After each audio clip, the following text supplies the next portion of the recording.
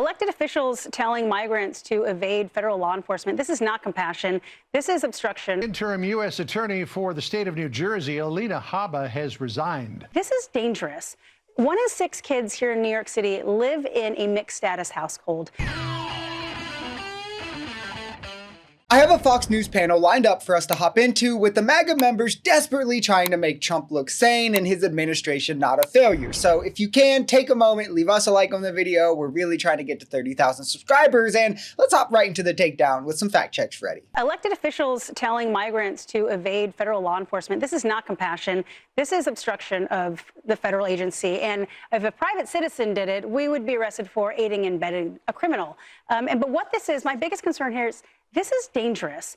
1 in 6 kids here in New York City live in a mixed status household. So by telling these migrants to now evade or essentially be combative with ICE officials, you're putting those kids at risk, you're putting the migrants, their families, and any of their surrounding neighbors, but you're also putting those ICE agents at risk. So these people need to be held accountable for their words coming out because they're eliciting violence here. These people are so mad that foreigners have rights. It's hilarious to see. It's not like that's what makes us a great country or anything. Of course, they think it's capitalism or whatever. They're talking about Mamdani here, who reminded immigrants, of course, 3 million of which live in New York City, that they can choose not to speak to ICE, that they can film them without interfering like whatever procedure they're carrying out, and they can refuse entry into private spaces. This is homes, this is schools, this is private workplaces without a warrant, that is. These are 3 million individuals who are constituents of Mamdani. He is to represent these people. We have seen the abuses carried out by ICE in city to city, state to state, and these racists are just upset that Mamdani might be preventing some of that for brown people in New York City. Interim U.S. Attorney for the state of New Jersey, Alina Habba, has resigned.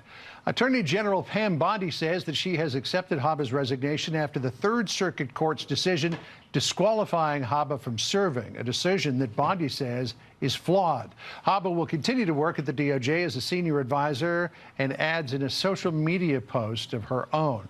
She said this, quote, "While I was focused on delivering real results, judges in my state took advantage of a flawed blue slip tradition and became weapons for the politicized left.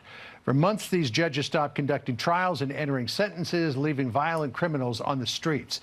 They join New Jersey senators who care more about fighting President Trump than the well-being of residents which they serve." I mean, guys, she couldn't get her job on the merits. She couldn't get Senate confirmation. You would think the DEI warriors who praise meritocracy would be in unanimous support of this decision. I wonder why it's different for the straight white conservative woman. But then Kamala Harris, the black woman who worked on every single level of government, is the DEI pick as VP. It's almost like the whole thing was racist because it's predicated on race and only black people had their merits questioned. If Trump respected our processes and picked qualified people like Biden did, rather than loyalist lunatics, then he wouldn't have this issue. But, you know, she's not black or woke, so the right doesn't care. I just love the difference in how the media treat Melania Trump versus all other first ladies.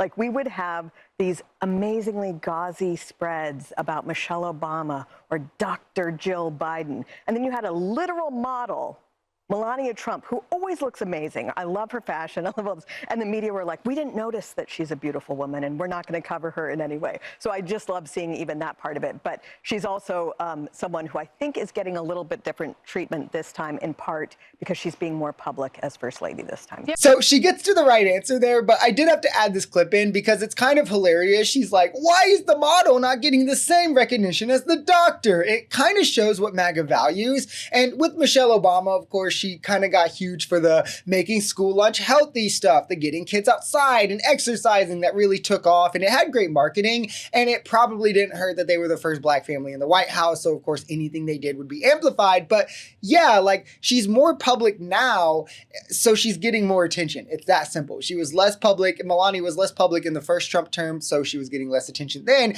and maybe if she did something worthwhile for America, like Michelle Obama did, then she would get similar recognition. Who knows?